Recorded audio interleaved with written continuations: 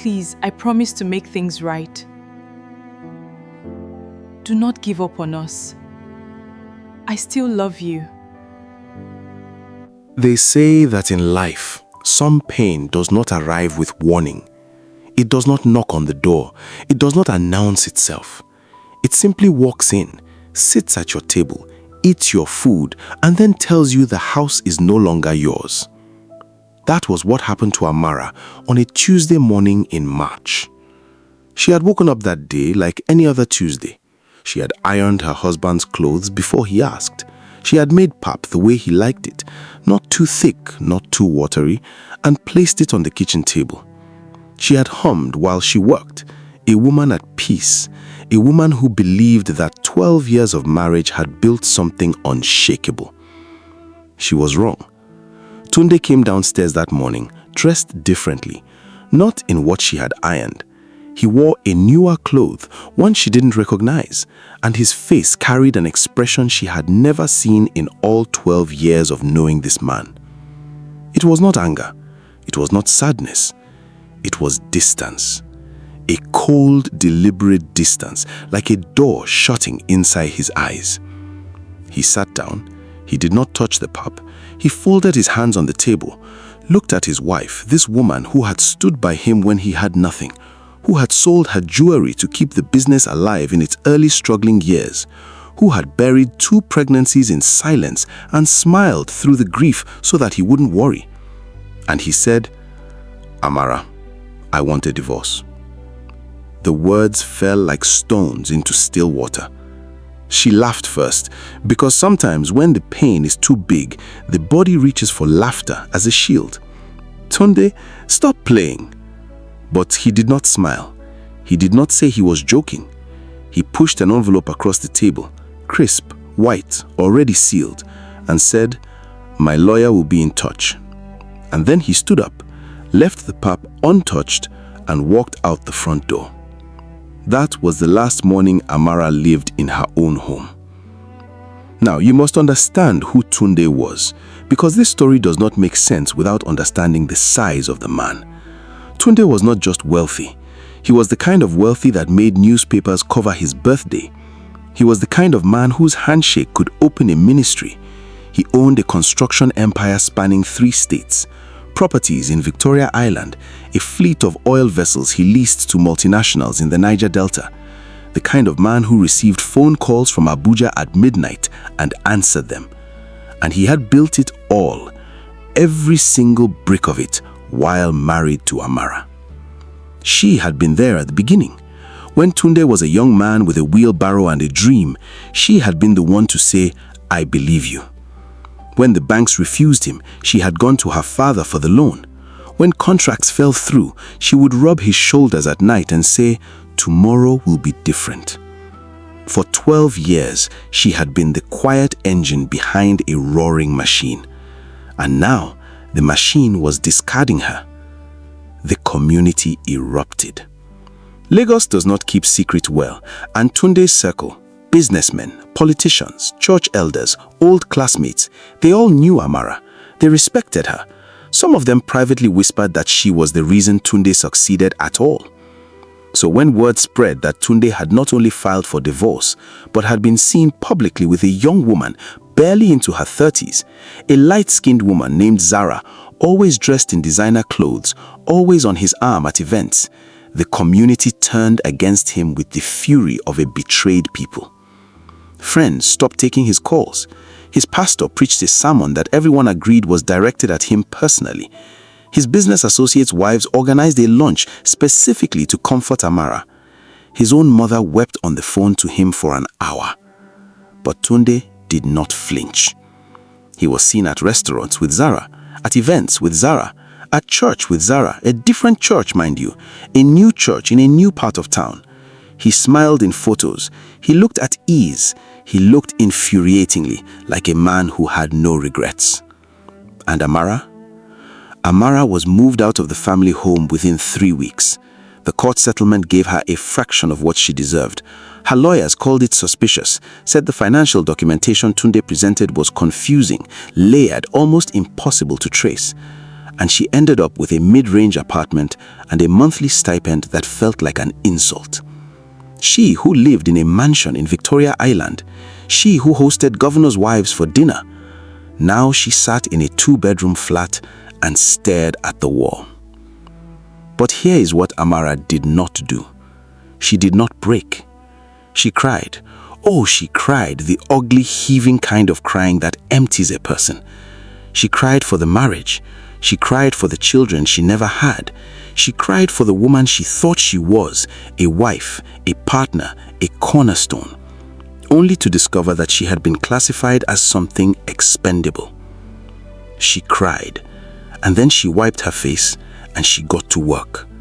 She started selling food from her kitchen, small chops, puff-puff, party catering for events in the neighborhood. Amara had always been an excellent cook. Tunde used to brag about her cooking at every dinner party. Now, that talent became her livelihood. She registered a small business. She wore an apron instead of a ghillie. She woke up at 4 in the morning instead of 8. And slowly, painfully slowly, she began to rebuild. She became a symbol in her community.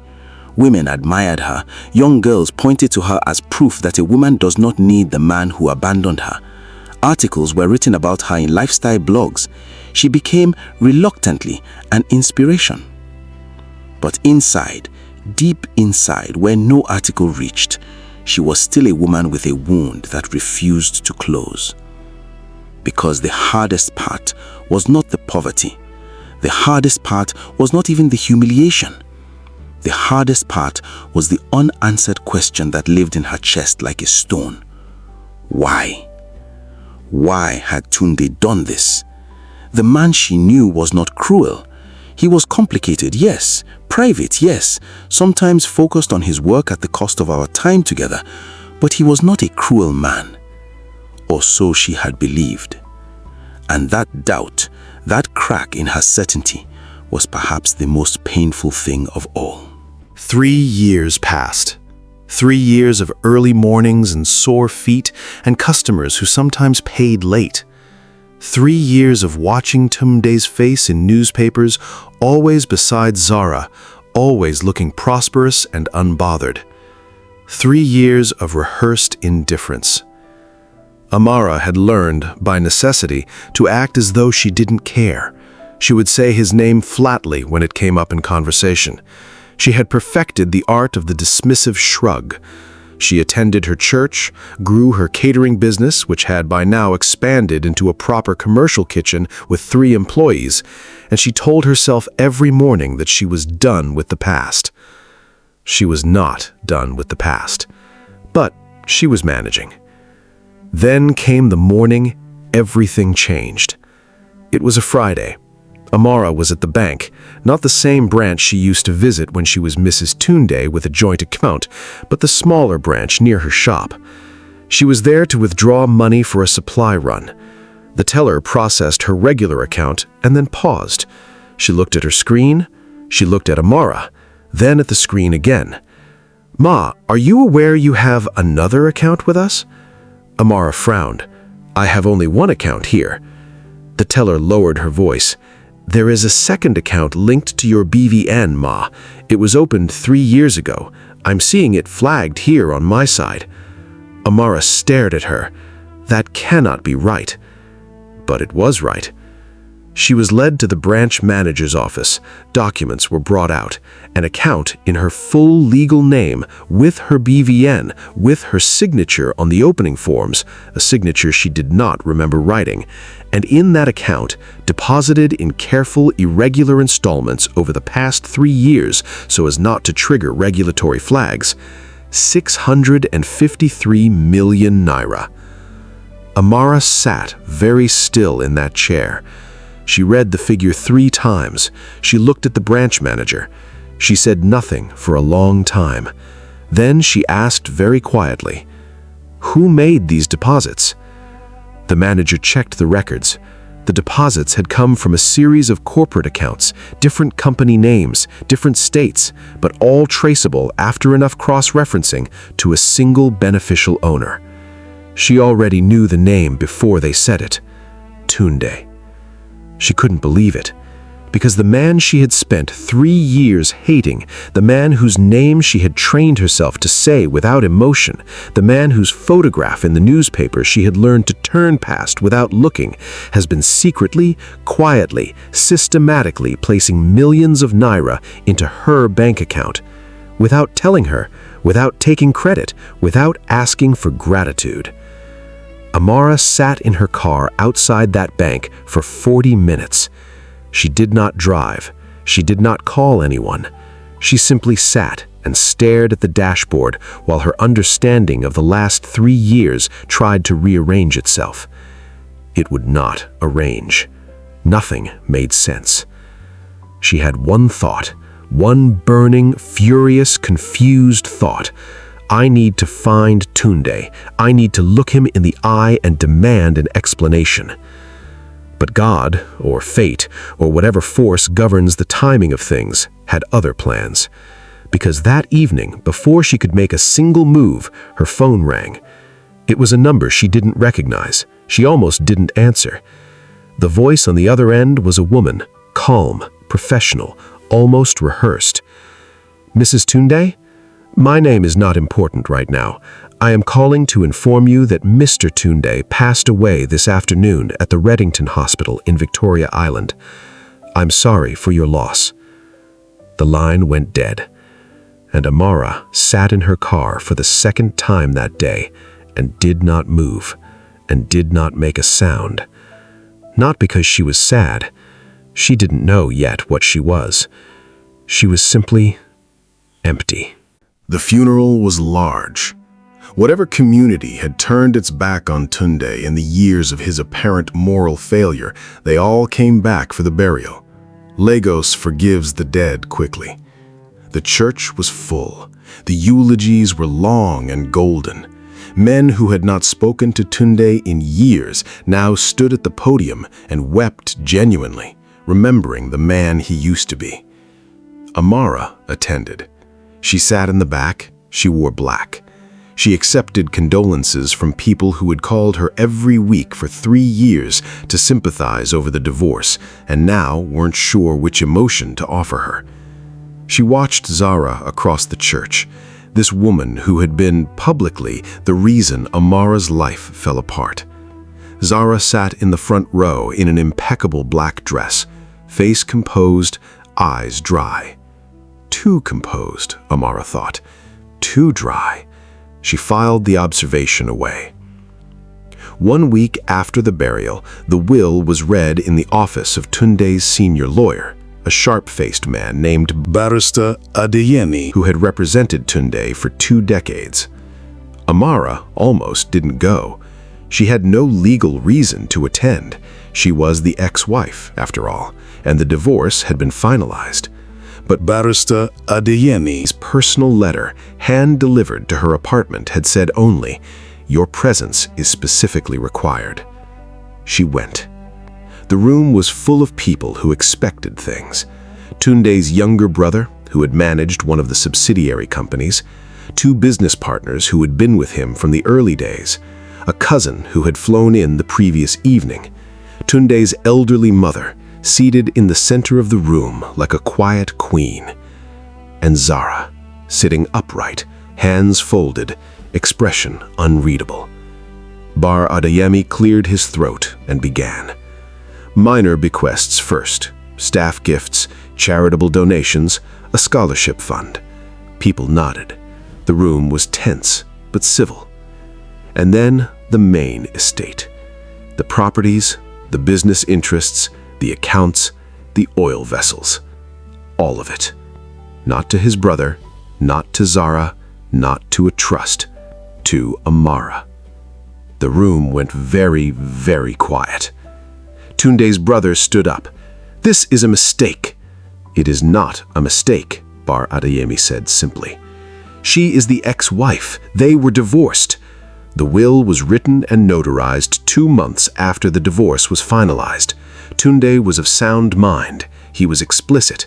Every legal requirement has been met. Mrs. Amara inherits the estate in full. Tunde's brother walked out. The cousin followed. The business partners looked at each other in stunned silence. Zara did not move. She looked at Amara with an expression that Amara could not read. Not anger, not envy, something almost like relief. And Amara sat there in the middle of it all and felt the ground tilt under her feet. Why? That word again, that word she had carried for 3 years. Why? She spent 3 weeks in that office. Barrister Adeyemi Had been expecting her arrival. He had a room set aside, a locked room with 3 filing cabinets and a laptop, which he referred to simply as what Tunde prepared for you. He gave her the key and left her alone. The first cabinet contained medical records. Amara opened the first folder and saw the hospital letterhead. She saw the diagnosis date. She traced her finger across the words slowly, as though reading them slowly enough might change what they said. Stage 3 pancreatic cancer. Diagnosis date, January 14th. She checked the calendar in her head. January 14th. 3 months before the Tuesday morning he sat across from her at the kitchen table and said, "I want a divorce." She sat on the floor of that room. Not dramatically, she simply slid down from the chair until she was sitting on the floor with the folder in her hands, reading the prognosis the doctor had written in careful clinical language that amounted to, "Your husband had, at most, 3 to 5 years, possibly less if treatment proved unsuccessful." She read it 3 times.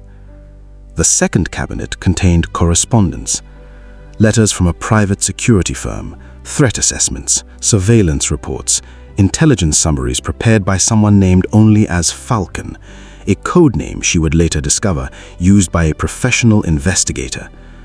The content of these documents took her 2 days to fully absorb.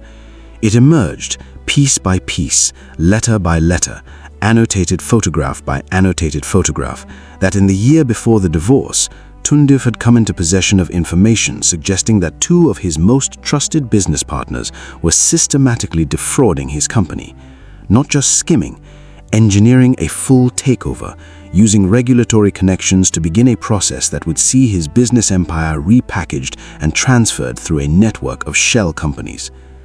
They had done it to other men before him, a construction magnate in Port Harcourt, an oil trader in Wari.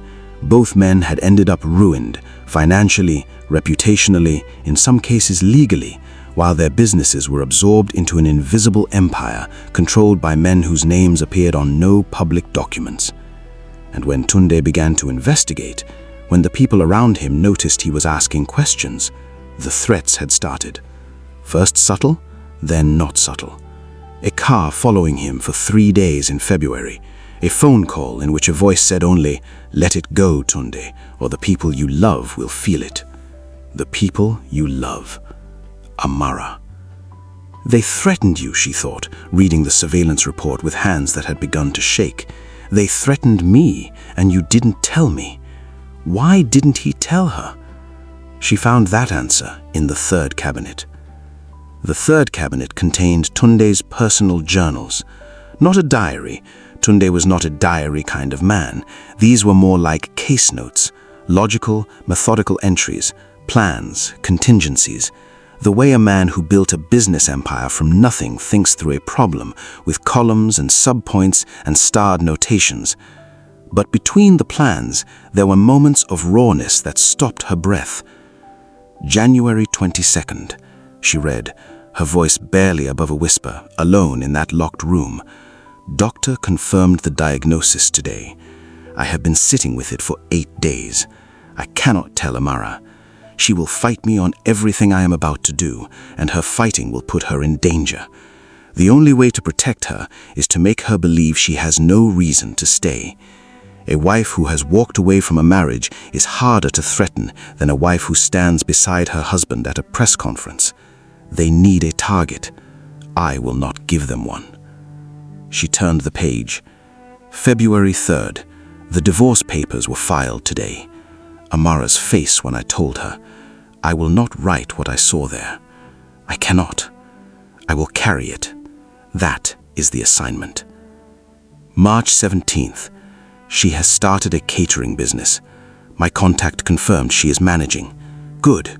She is stronger than she knows. She always was. July 2nd. Seen in the business news that the case against Emeka and Fola is building. Falcon is doing excellent work. Zara has been invaluable. Her access to the financial documentation would have been impossible without her positioning. Amara saw us together at the Echo Hotel charity event. I watched her face from across the room. I could not look for long. September 14th. Began the first deposits into Amara's account today. I cannot give her everything at once. It will trigger alerts and draw the wrong attention. Slowly, carefully. By the time it is over, she will have enough to be safe. She will never need anyone's charity. She will never need to be afraid. That is all I can give her now. December 1st. Treatment is not working as hoped. The specialist says we should discuss palliative options. I told him I will discuss that after the case is concluded. He looked at me as though I was a stubborn child. He may be right, but Amara is not yet fully protected. I cannot rest yet. She read until her eyes burned. She read until the room was dark and she realized she had forgotten to turn the lights on. She sat in the dark for a while, and then she did something she had not done in 3 years. She cried for Tunde.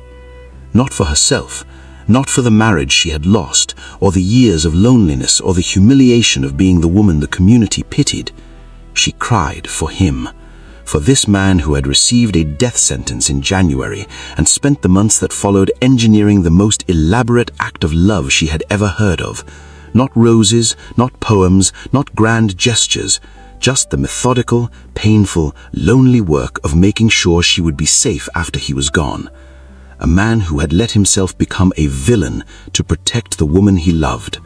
A man who sat across from her at that kitchen table with a face of stone while his heart was doing something she couldn't even name. She cried for a long time. When she was done crying, Amara wiped her face, straightened her blouse, and asked Ba Adiemi to arrange a meeting with Zara. Zara agreed immediately. They met at a quiet restaurant in Ikoyi. Amara arrived first. She ordered water and sat very straight and told herself to listen before she spoke. She had learnt, in 3 years of rebuilding herself, that listening was a skill she had underused. Zara walked in wearing no makeup and a simple dress. She looked younger without the designer clothes. She sat across from Amara and they regarded each other for a moment, two women connected by a man who was gone. "I know what you want to ask," Zara said first. "Then answer it," Amara said. Zara took a breath. "I am an investigative consultant. I specialize in corporate fraud and financial crime. I have worked with 3 law enforcement agencies across West Africa. Tunde found me through a contact after he received the first threat. He needed someone who could get close to the men targeting his company without appearing to be affiliated with him. The best way to do that was to appear to be his girlfriend," Amara finished. "Yes. Were you ever—" Amara paused. "No," Zara said firmly, and something in the clarity of her voice made Amara believe her instantly. "He never looked at me that way. He looked at me like I was an employee he was grateful for. There was only one person he—" She stopped. "He talked about you sometimes, when the work was very hard and he was very tired. Not romantically, he wasn't that kind of man to speak sentimentally about private things, but sometimes he would say, 'Zara, is she okay? Did your contact see her this week? Is the business growing?' And I would give him the update." Amara felt something move through her chest like a current.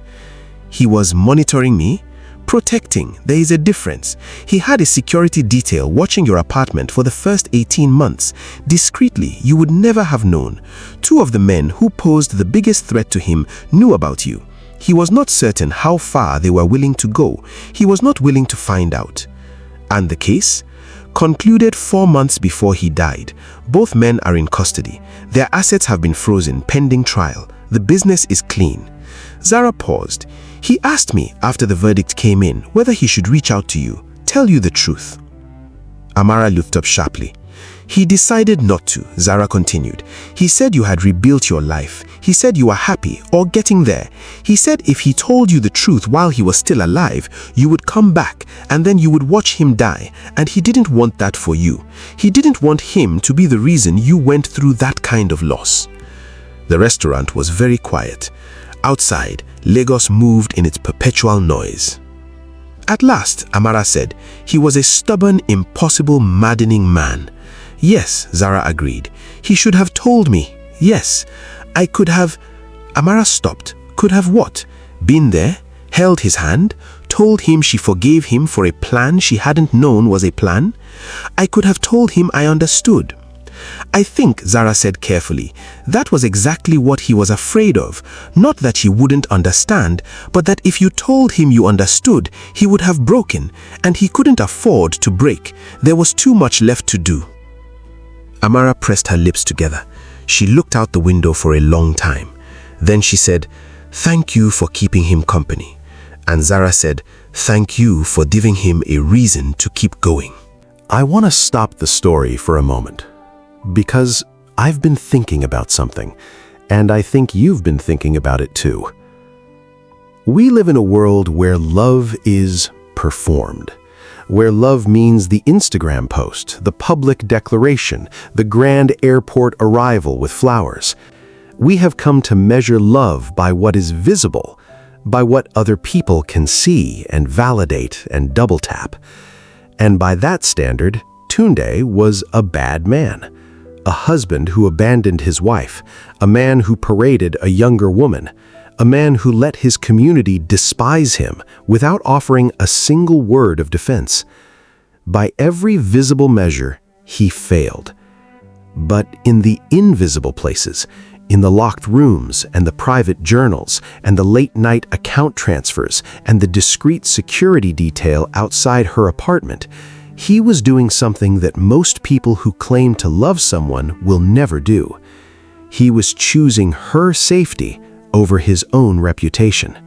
He was choosing her future over his own comfort. He was choosing her peace of mind over his own need to be understood. He let her hate him. That is not a small thing. Living with the person you love believing the worst of you, that is a particular kind of silent agony that most people would crack under. He didn't crack. He endured it because he believed that her surviving and thriving was worth more than her knowing the truth. Was he right? I don't know. Maybe Amara deserved the truth. Maybe she deserved to choose for herself, to decide whether she wanted to stand beside him in his final years and face the danger together. Maybe his protection was also, in some sense, a control, a decision made for her without consulting her. These are real questions. Hold them. But hold also this. A man who was dying, who had received a death sentence at the same time he discovered that powerful men were circling his life's work, chose to spend his remaining energy not on saving himself, but on saving her. He died having ensured she would inherit everything. He died having ensured the threats against her were eliminated. He died having ensured she was financially secure beyond anything she could have achieved alone. He died quietly, with his reputation in tatters, and apparently with peace. She stood at his grave on a Saturday morning, 6 weeks after the will was read. She had come alone. She had not told anyone she was going. She brought no flowers. She had debated it and decided he would not want flowers. He was too practical for flowers. She brought his favorite chin-chin. It sounds strange, but she remembered that he used to eat chin-chin when he was deep in thought, one piece at a time, methodically, barely aware he was doing it.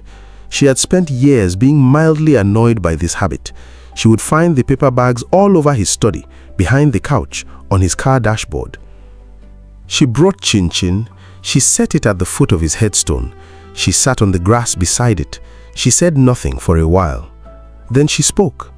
"You know," she said, conversationally to the marble, I practiced what I would say to you.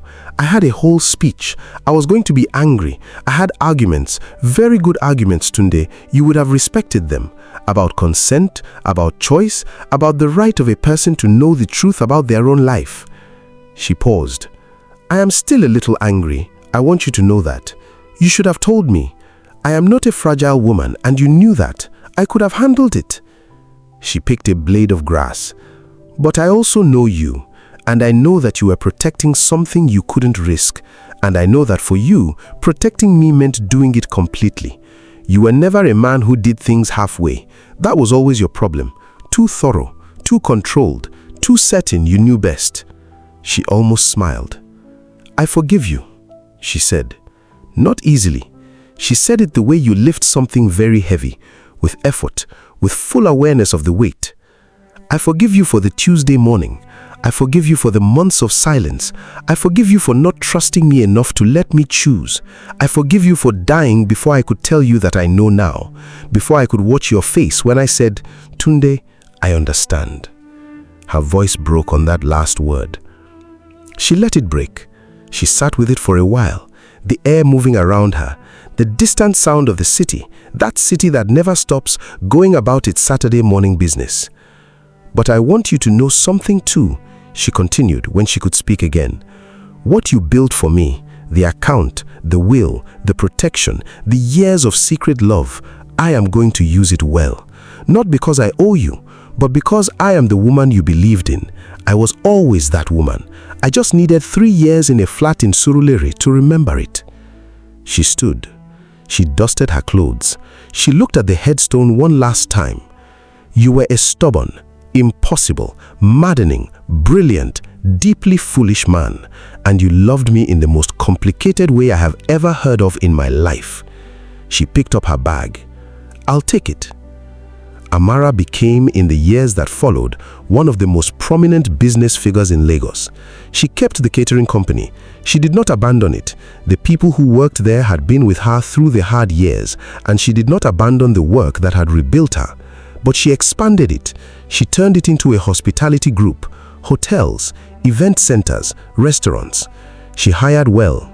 She led with the precision of a woman who had learnt what it meant to start from nothing, and the wisdom of a woman who had learnt what it meant to lose everything. She contributed to causes she believed in. She endowed a scholarship at the University of Lagos in the name of a man most of the applicants would not recognize.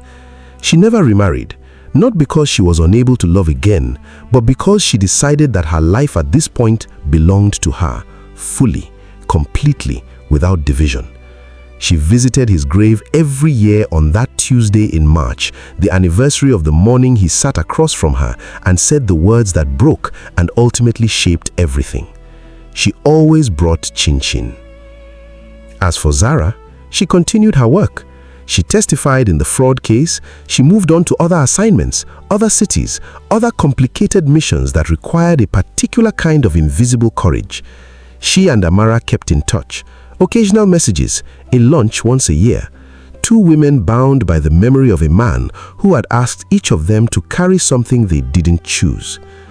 They never spoke of him as a saint. They spoke of him as a man, complicated, flawed, stubborn, brilliant, afraid in ways he wouldn't show, loving in ways no one could see. A man. Tunde did many things in his life. He built an empire. He made enemies. He made mistakes. He discovered when it was already too late that the most important thing in his life was the woman he married at 29 in a church in Enugu with a ring that was too small for her finger and a promise that turned out to be the most honestly kept promise of his life. He kept it. Not the way the movies show, not with a dramatic declaration or a last-minute rescue or a tearful reunion. He kept it in the ledgers of a secret bank account, in the pages of a journal no one was meant to read, in the quiet instructions given to a lawyer who knew how to keep silence, in a will written by a dying man whose one remaining ambition was to make sure the woman he loved would be all right. He kept it. And maybe on whatever shore he now stands, he knows that she sat on the grass beside his grave in the Lagos morning with chin-chin and forgiveness and said, I understand. I see you. I take it. That is the story of Tunde and Amara. A story that looked from the outside like abandonment. A story that looked from the outside like betrayal. That was, from the inside, all along, a love story. Please subscribe, like, comment, and share this story.